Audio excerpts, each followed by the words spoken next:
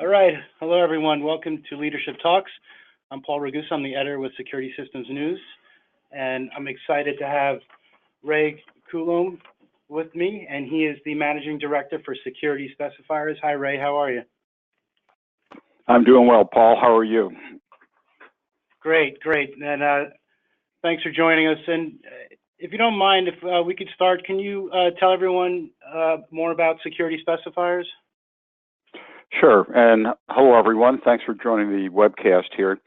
I'm sure I know some of you, probably not all of you, but Security Specifiers, which is now about 6 years old, was something I started a while back to help the industry better connect with the security consultant community. The average security consultant influences about $3 million worth of security product sales per year, so they matter. But it's a group that is rather diverse, all the way from sole practitioners up to large A&E firms, and somewhat difficult for people to get their arms around, and in many cases difficult to understand. So we've been on a quest to make these firms and people apparent, what they do apparent, and to assist the interaction of manufacturers and integrators as well with this specifying community. Okay, great. Thanks for that. I thought a good place to start would be, cybersecurity. Obviously, that's on the top of everybody's mind. Can you talk a little bit about where does the security industry in general stand, when it comes to really getting it about cybersecurity? Are we getting there yet, Ray? Well, that really is the million-dollar question, Paul. I compare what's happening in cyber in some respects to the way that IP technology developed in our industry. At the start, it was a novelty. A few people dipped their toe in the water. Gradually, more did, and ultimately there were events like the introduction of the IP camera that really forced the industry to embrace IP. And here, while it's not a single vendor that's influencing cyber, it's more dictated by events. When you look at the WannaCry virus or Mirai virus, things of that sort, that have affected our industry through surveillance cameras and through other security devices, you realize that we're part of the problem, and we also need to be part of the solution. So if you look across the industry through all of its sort of factions, whether they be manufacturers, integrators, consultants, end users, whoever it might be, I think that as a whole, we're in a learning process and an early growth mode. We've got a long way to go. However, the recognition, I think, is there. The action and responses are a little bit lagging. Yeah, I agree with you completely on that. And what is interesting is everyone's kind of looking at the manufacturers now. Do you think the manufacturers are doing enough to cyber harden their products? And then, I have a part two to that. What are some of the things they should be doing before their products get out the door? But let's start with that first one. Are they doing enough right now? Well, it's again, this is evolutionary. I think that some manufacturers are clearly doing more than others. There's some very good signs out there. Manufacturers are publishing hardening guides now, increasingly, or at least best practice guides for cybersecurity that will help people when they install those products to do it in a way that will hopefully maximize the cyber presence or posture of those products. But let's take a step back. As a manufacturer develops a product, and so many of these products and the vulnerabilities don't exist with the hardware; they exist with the code that's running on that equipment. And so right from the get-go, I think it starts with good design practice, and that includes secure coding. And I wonder how many manufacturers in our industry really have formalized programs to ensure that the code that is developed is secure, that there are good rules around the coding, that that coding goes through a rigorous testing process and is really vetted before it gets released.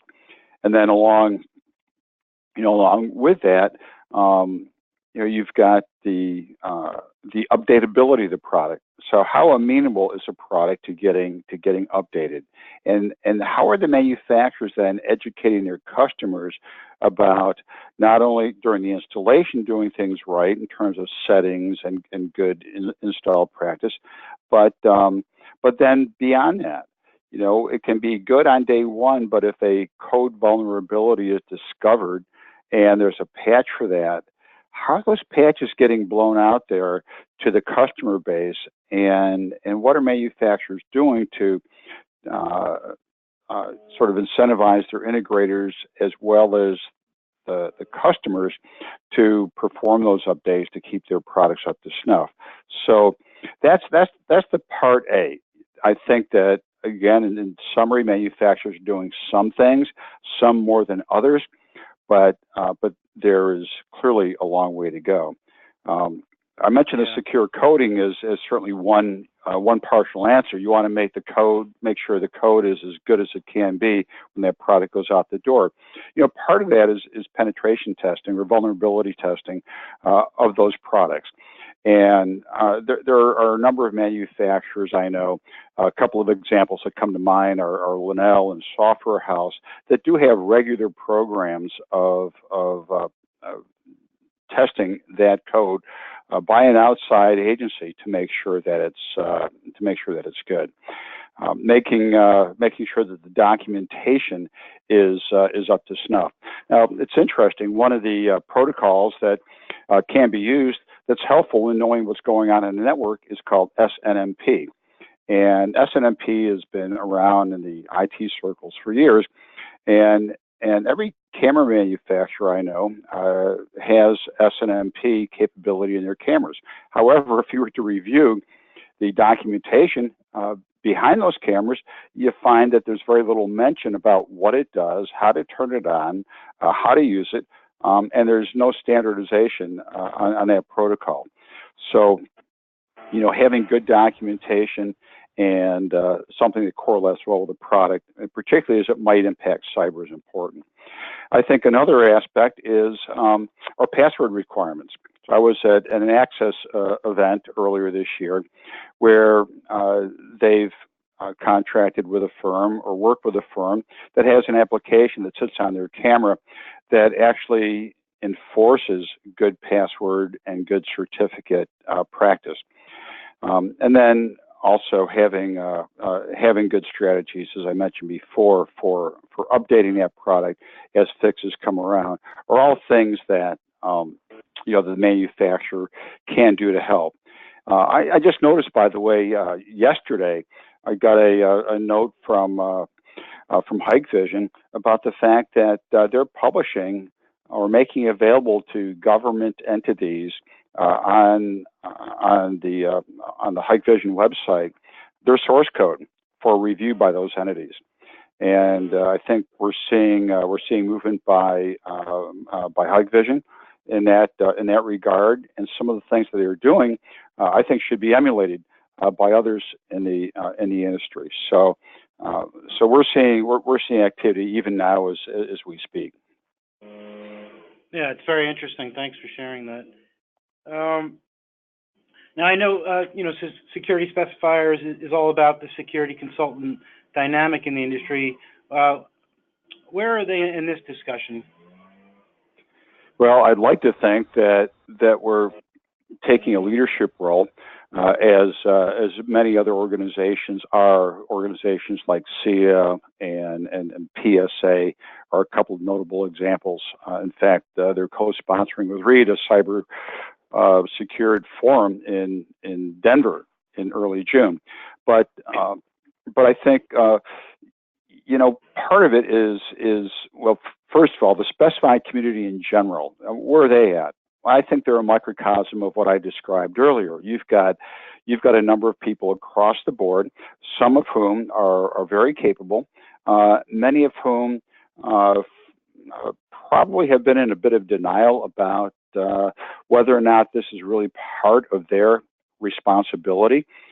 Uh, they're not cyber guys by nature, although the larger A&E firms have datacom and IT departments, and typically they haven't specified projects that embrace cybersecurity. Now, however, with a vulnerability that may exist in security products, if a consultant specifies something that is not cyber secure, could they have liability? And the answer is very likely they could. So Yeah. they need to understand and realize that now becomes part of their overall risk assessment and their assessment of what, in fact, they do specify. So we're trying to do a few things in that regard. One thing that was done actually a couple of years ago is that we led the industry effort to work with the Construction Specifications Institute, which publishes best practices for construction as well as a hierarchy of numerical codes called master format that help people who pull projects together properly organize their specifications. Within that hierarchy, there's a division that relates specifically to electronic safety and security. Some would know it as Division 28. And within that, while there are hundreds and hundreds of changes that were recommended and adopted, one very important change that sort of slipped in there as well was an element called cybersecurity requirements for electronic safety and security. So that element now is sitting there in this construction hierarchy. It's a number that people can use to specify cyber stuff into. And as I discussed this again at the Axis event, a lot of folks were saying, well, geez, well, what do I write? What? I've never seen a specification for cybersecurity before. Well, that's why we put it in there, because it didn't exist. But the fact is that we helped create that placeholder, and so along with highlighting the importance of cyber in the specification, we've got on our website, securityspecifiers.com, a number of resources. We have a number of real-time RSS feeds from some really interesting sources so that you can get up-to-the-minute information on things that are happening out there in cyberland. In addition to that, we have we put up a page, and we're starting to add links to manufacturers' hardening guides, which I mentioned earlier. So a number of manufacturers have them. A number of manufacturers that I know of are working on them and expect to have them shortly.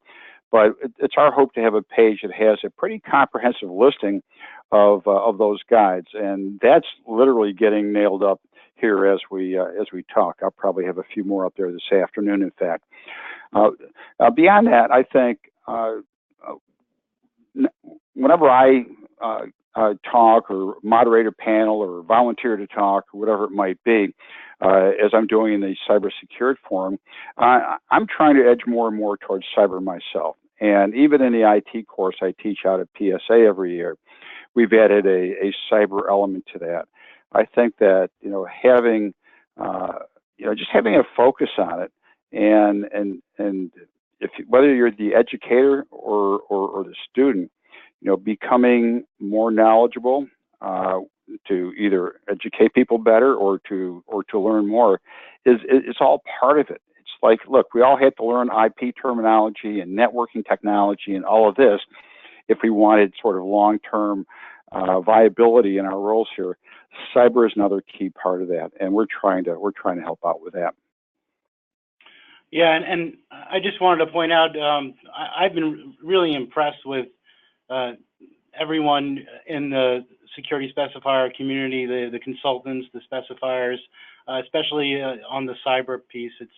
It's been great to partner with security specifiers with our specifically speaking column. I've been fortunate enough to meet a lot of really smart people that are part of that community. So thanks, Ray, for that. Now, moving on, before we get into any new initiatives that are going on, did you want to tell me any more about the just released draft of the cyber specification language? Yeah, I mentioned earlier that that people asked me after we sort of highlighted the need to start putting cyber language into project specifications. Started to ask, well, what do I write?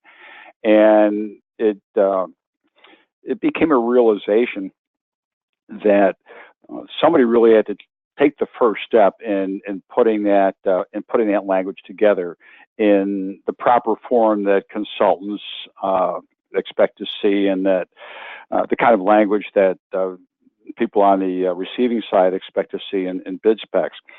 So we took a first shot at suggested or even recommended language for such a cyber specification. So project specifications typically have three parts. They've got a general part with boilerplate, they've got a product part that specifies product characteristic, and they've got an execution part that defines what contractors and integrators should be doing when they install a job.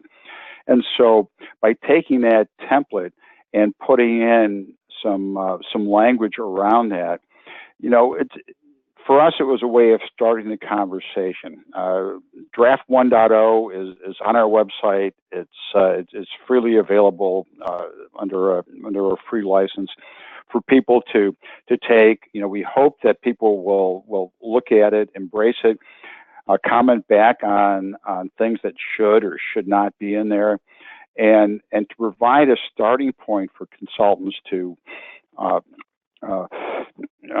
look at, to consider in putting that into a project specification.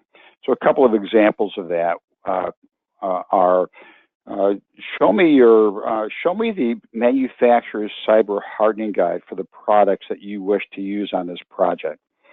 And obviously not all manufacturers have those guides right now, but with enough of this language on the street, I think they'll get there, and that's a good thing.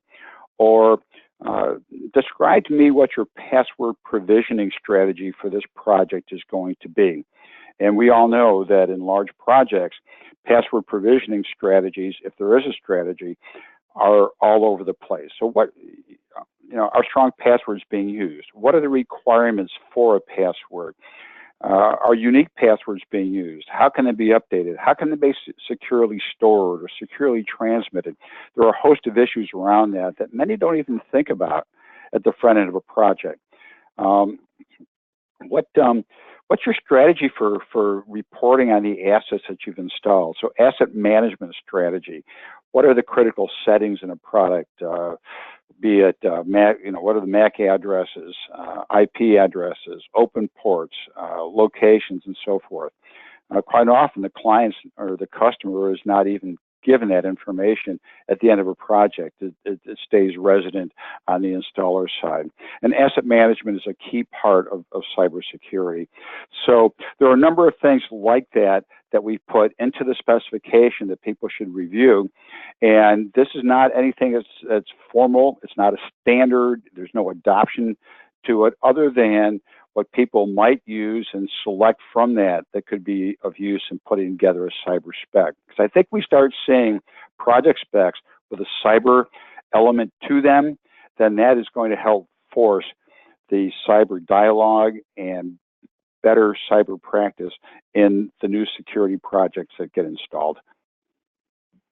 Yeah, and that's a great resource, and that's right on the website already, so that's great. Yes, it is.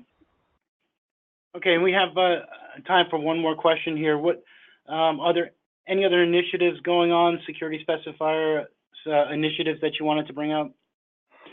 Yeah, we've got a big one. It actually started late last year with our Consult Technical Security Symposium. Now, right now, it's available to a limited number of manufacturers who are sponsors of security specifiers and a limited number of consultants. So last year, we had 20 manufacturers and 75 consultants come together for really critical discussions around topics of interest to the design and engineering community. Part of this was we've touched on here, cyber.